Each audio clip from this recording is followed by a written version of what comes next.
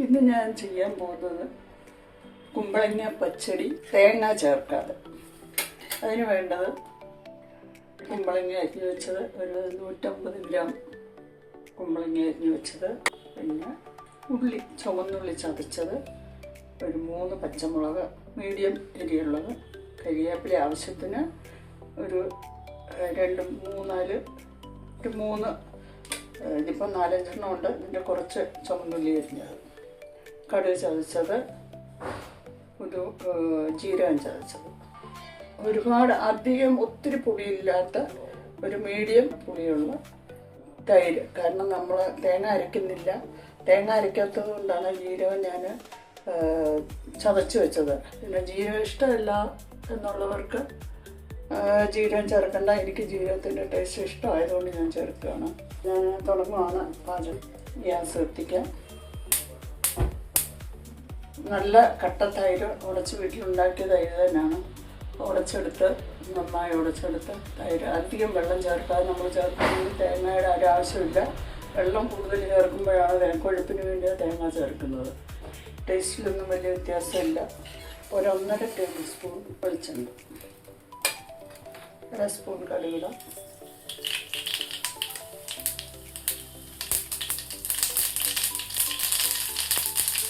മുളകിട. ഇതിലേക്ക് അരിഞ്ഞിട്ട് കുറച്ച് ഫ്ലെയിം സിമ്മിലാക്കണം.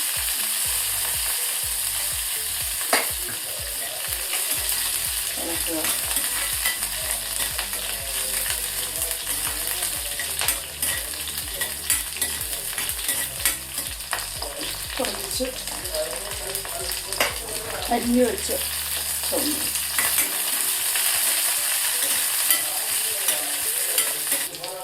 ചതച്ച് വെച്ച ജീരകം.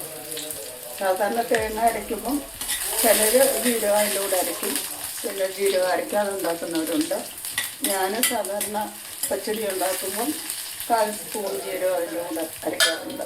ഇനിയിപ്പം ഈ ചതച്ച് വെച്ച പിന്നെ ഞാൻ ഉള്ളി ചതച്ച എന്താണെന്ന് വെച്ച് കഴിഞ്ഞാൽ തേങ്ങ അരയ്ക്കുമ്പോഴത്തേക്ക് ഉള്ളി അതിൻ്റെ കൂടെ അരയ്ക്കും. ഇപ്പം തേങ്ങ ചേർക്കാത്തത് കൊണ്ട് ഉള്ളി ഞാൻ ചതച്ചെടുക്കും. ഉള്ളിയുണ്ട് 3 വലിയ, കുറച്ച് കരിവേപ്പിലേക്ക് കൊടുക്കും.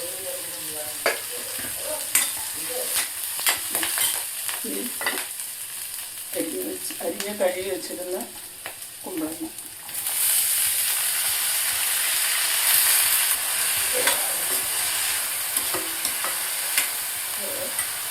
ഇതിലേക്ക് ഉപ്പ് ചേർക്കാം.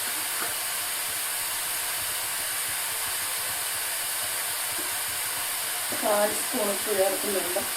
പിന്നെ വേണമെന്നുണ്ടെങ്കിൽ ചേർക്കും.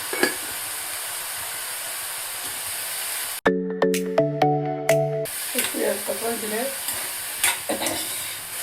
വെള്ളം കുറച്ചൊന്ന്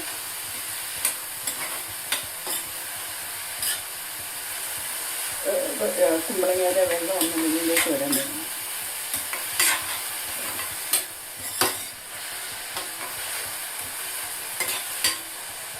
ഇതൊന്ന് അടച്ച് വെക്കാം. ഒരു 3 മിനിറ്റ് അടച്ച് വെച്ചിട്ട് പിന്നെ തുറന്ന് നോക്കാം.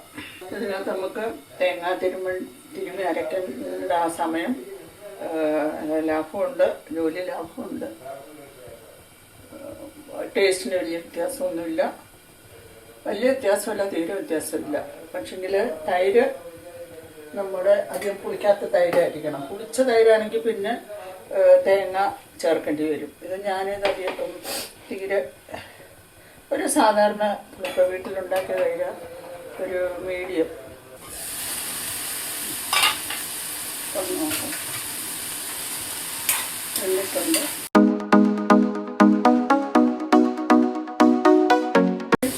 തീ ഒന്ന് ഓഫ് ചെയ്തിട്ട് നമുക്ക് തൈര് ചേർക്കണം. കാരണം തേങ്ങ ചേർക്കാത്തത് കൊണ്ട് ഗ്യാസ് ഓൺ ചെയ്ത് വെച്ചിട്ട് നമ്മൾ തൈര് ഒഴിക്കുമ്പോഴത്തേക്ക് തിരിഞ്ഞ് പോകാൻ സാധ്യതയുണ്ട്. അതുകൊണ്ട് ഞാനിപ്പോൾ ഓഫ് ചെയ്തിട്ടാണ് ഈ തൈര് ചേർക്കുന്നത്. ഗ്യാസ് ഓഫ് ചെയ്ത് ഭയങ്കര ചൂടൊന്നും കുറഞ്ഞിട്ട് ചേർക്കാം.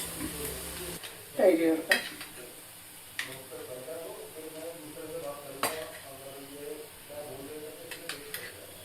ഇതിപ്പം ഈ ഒരു 250 ഗ്രാം തൈരുണ്ട്. ഇതിൻ്റെ ഒരു നോക്കിയിട്ട് നമുക്ക് തൈര് ചേർത്തിട്ടുണ്ട്.